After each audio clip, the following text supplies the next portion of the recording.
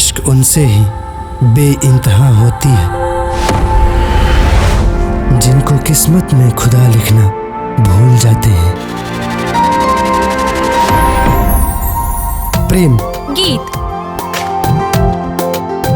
प्रेम हमने के दोस्ती हो गई,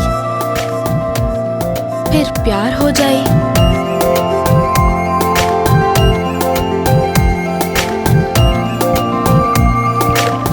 शादी खातिर हमार घर वाला ना मानी है और हम यहाँ ऐसे कूद के मर जाए।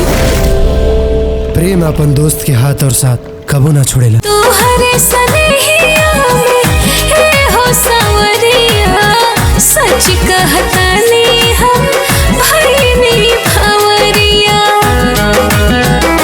कवना सचवा में गढ़ के बनौले भगवान होए जान काहे बन गइलू।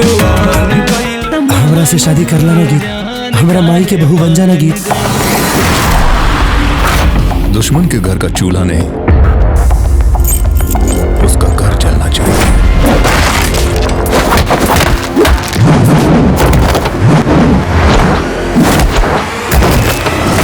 हम गीत के आपसे कई ज्यादा प्यार करेंगे। बस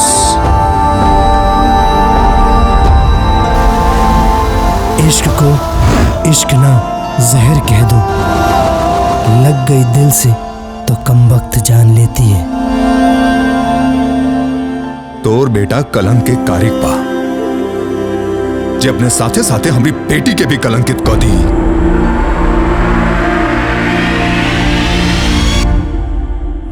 मैं तो हर एक बूंद आंसू के बदले हम पूरा दुनिया कुर्बान कर दें। लड़की का चीज भी है।